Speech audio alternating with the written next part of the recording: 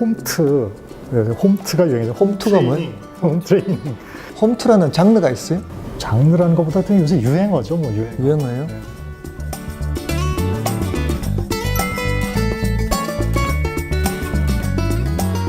오 이하라고 그러면 이제 소위 진짜 저질 체력. 저질 체력. 좀 걷는 것도 좀 힘들어하는 이런. 본인은 뭐 어느 정도의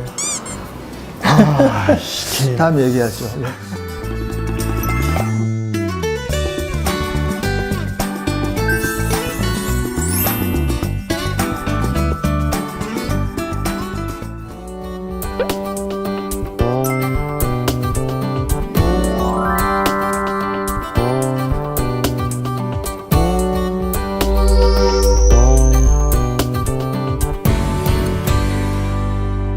예, 안녕하십니까.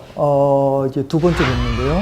저는 삼성서울병원 순환기내과의 권현철입니다.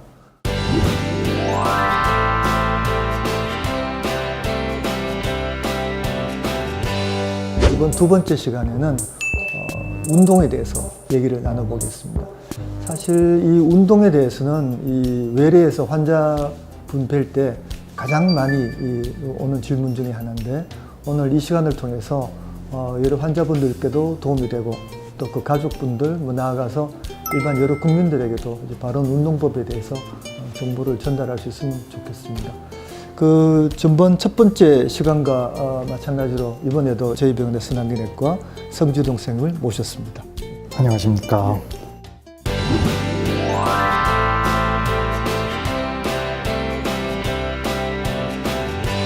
어떤 운동이 심장과 혈관에 좋죠? 적당한 강도.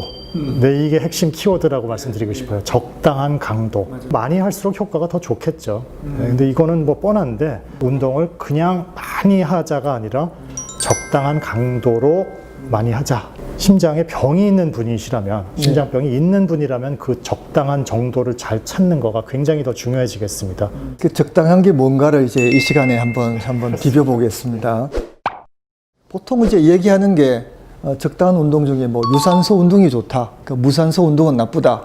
뭐 이거는 사실인가요? 사실이겠죠? 약간 좀 오해가 있는 부분이 있는 것 같은데요. 원래 운동이 유산소 운동과 무산소 운동으로 딱 잘라지는 거는 사실 아닙니다. 그러니까 우리가 보통 전형적인 유산소 운동이라고 얘기하는 건 걷기 운동. 보통 유산소 운동이긴 한데 운동 강도가 점점점 올라가면 숨이 점점점 차지지 않습니까? 그래서 아주 가파른 길을 간다, 혹은 그게 걷기가 아니라 달리기가 돼버린다 그러면은 유산소 운동 그 메커니즘만 가지고서는 에너지를 충당을 못 합니다. 무산소 메커니즘, 산소 없이 에너지를 만드는 메커니즘이 작동하게 되죠.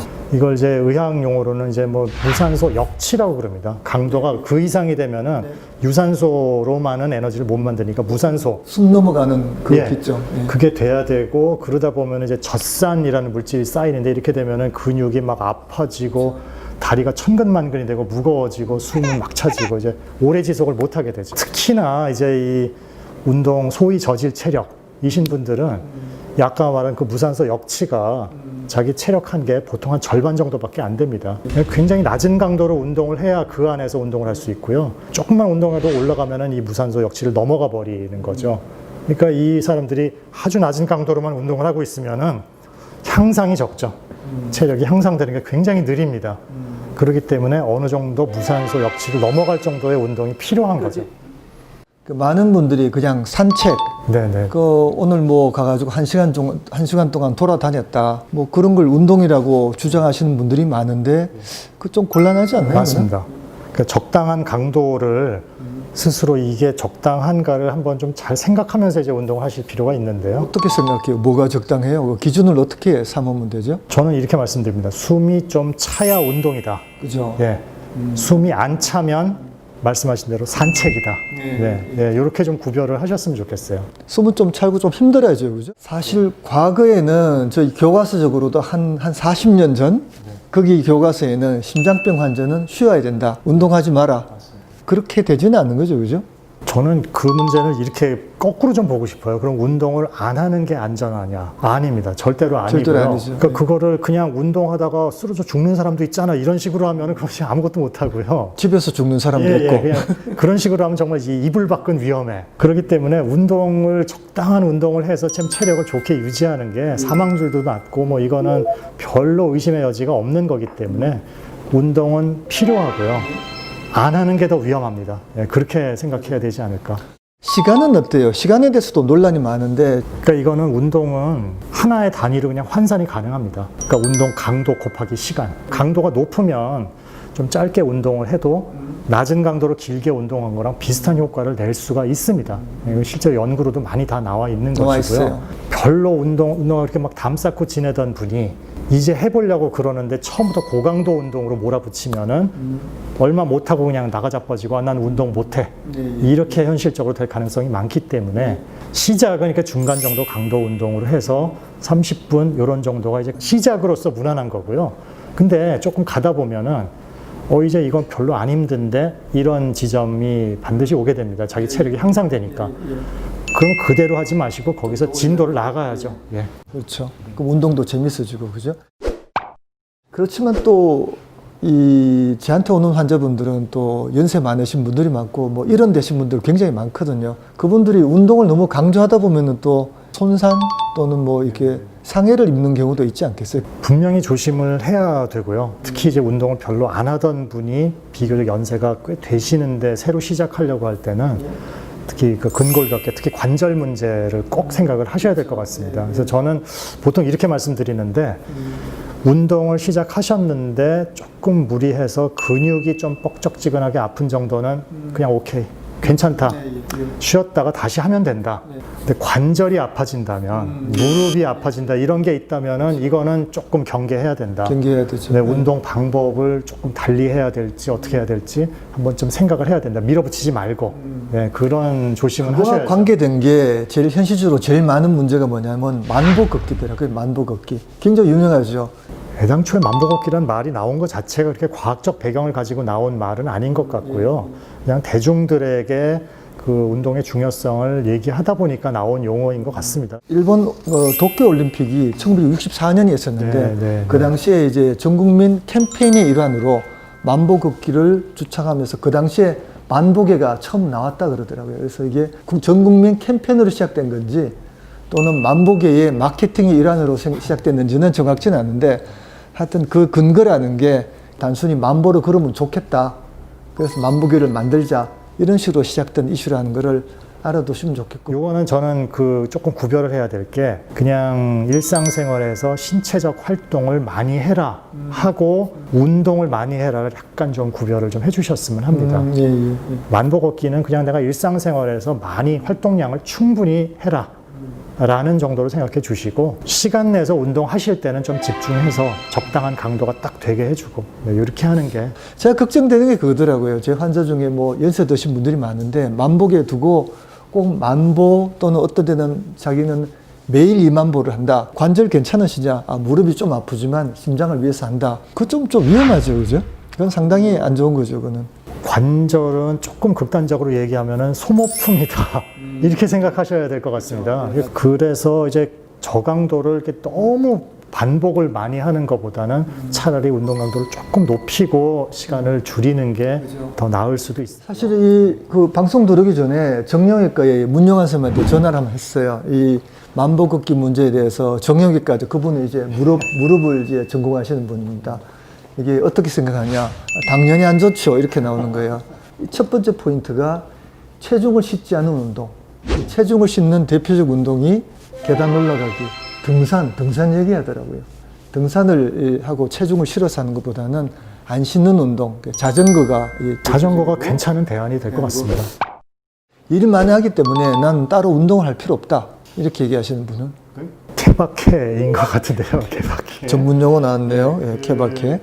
실제로 그냥 잘 들어보면 진짜 신체 활동량이 상당히 많으신 분들 분명히 있고 실제로 얼마 안 되는 경우도 있고 이제 정말 경우가 많이 갈리는 것 같고요. 그 운동하고 노동을 약간 좀 구별을 하기는 해야 될 것 같습니다. 네, 예. 근데 문제는 오히려 노동은 싫어도 해야 됩니다. 그러니까 오히려 그리고 노동은 계속 똑같은 동작을 반복하는 경우가 그렇죠. 많고. 그래서 예. 근데 운동은 자기가 좀 무리가 된다 싶으면 안 하면 되거든요. 그리고 골고루 균형되게 할 수 있고. 그래서 오히려 노동으로 운동량을 채운다 이렇게 하다 보면은 오히려 균형은 잘 안 잡히면서 그러니까요. 저도 특정 부위가 얘기하는 좀 더 게 문제가 될 수도 있고. 근력 운동도 꼭 잊지 않으셨으면 좋겠습니다. 웨이트 트레이닝, 예, 무게를 예, 들고 웨이트 하는 운동 트레이닝. 말이죠. 그죠? 예.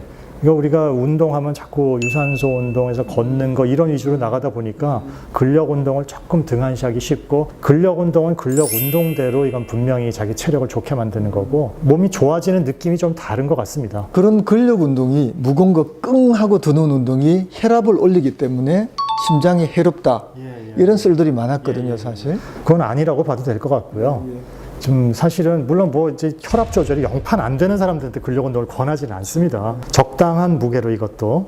그리고 또 뭐 헬스클럽 가시면 트레이너 분들한테 맨날 들으시는 얘기일 텐데 그 호흡 조절, 호흡을 끊지 않고, 그러니까 이제 그 용 쓰는 거 하지 말라는 거죠. 이거 숨을 딱 멈추고 그 화장실에서 힘주듯이 이게 발살바라고 하는 거 있죠. 발살바 발살바라고 하죠. 매뉴버라고 네. 하는 건데 그게 혈압 좀 오릅니다. 혈압이 혈압을 확 확 올리기 올라가는 때문에 거고요. 위험할 수 있다. 예. 그런 면에서 사실은 헬스가 네. 역시 헬스의 제일 좋은 운동이 아닐까 하는 생각이 좀 들긴 한데. 가셔서 집중적으로 열심히만 하시기만 하면 효율적으로는 최고인 것 같아요. 돈 좀 들여가지고 그래도 PT 받고 하는 게 좀 도움이 많이 되겠죠. 일단 돈을 투자했기 때문에 아까워서 이제 가서 해야 되는 것도 있고, 그 효과가 가장 크다. 그 효과가 사실 큰 것 같습니다. 성주동 쌤이 생각하시기에는 그러면 가장 좋은 운동, 특히 심장과 혈관에 가장 좋은 운동은 뭡니까? 가장 좋은 운동은 뭐 하세요? 그냥 내가 좋아하는 운동. 본인은 안 하는 거 아니에요? 내가 좋아하는 운동이 제일 중요한 것 같습니다. 자기가 즐겁게 할 수 있고 자기한테 맞고 꾸준히 할 수 있는 운동이 제일 좋은 운동이 아닐까. 적당한 운동을 하되, 그렇지만 중요한 포인트는 산책과 같은 저강도의 운동은 도움이 안 되고, 그 너무 고강도의 운동, 그리고 뭐 만보 걷기와 같이 너무 오랫동안 특히 관절에 무리가 주는 운동은 해롭습니다. 비교적 숨이 차고 얘기할 수 있을 정도의 숨찬 정도, 그런 정도의 운동을 적어도 뭐 단속적으로 하든지 아니면 길게 하든지 적어도 한 30분 이상은 해야 되겠죠. 그죠? 1회 30분 주 3회 정도를 우선 권고하지만 거기서 끝나지 마시고요. 좀 더 네, 체력이 향상되는 데 따라서 더 하실 수 있으면 더 하시는 체력이 게. 허가하는 한 좀 더 많이 하는 것이 체력이 증가할수록 더 이제 건강하게 오래 살 수 있다. 그렇게 요약될 수 있겠네요, 그죠? 사실 심장과 혈관에 대해서는 이외에도 뭐 우리가 이제 알아야 될 주제가 굉장히 많습니다. 사실 술에 대해서도 궁금하시죠? 술, 커피, 담배, 이 뭐 같이 이야기되는 건데 그거의 이제 중요성은 저희가 보기에는 천차만별이에요. 그리고 여러 가지 뭐 재밌는 이슈들이 많으니까 이 프로그램 계속 잘 봐주시기 바랍니다. 그 일전에 말씀드렸지만 댓글 달아주시면은 다 답변은 못 드리고 좀 모아서 일부에 대해서는 제가 답변을 드릴 수가 있습니다. 댓글 많이 달아주시고 댓글을 다시는 분은 구독과 좋아요 부탁드립니다. 예, 안녕히 계십시오. 예. 그래서 또 코로나 바이러스 때문에 다들 운동을 못하고 집에서 운동할 수 있는 방법 개발해야 됩니다. 하나 개발해서 진짜 개발해서 뭐 비디오 하나 그 비디오가 나와 있겠죠 이미. 그 시장 자체도 굉장히 큰데, 그러니까 그 안에 뭐 많은 좀 쇼닥터들이나 닥터 테이너들이 이제 활동을 하고 있는 거거든요. 그런 면에서는 우리가 좀 반성하긴 해야 될 것 같아요. 그렇습니다. 반성 좀 해요. 좀 만들어봐. 그래야죠.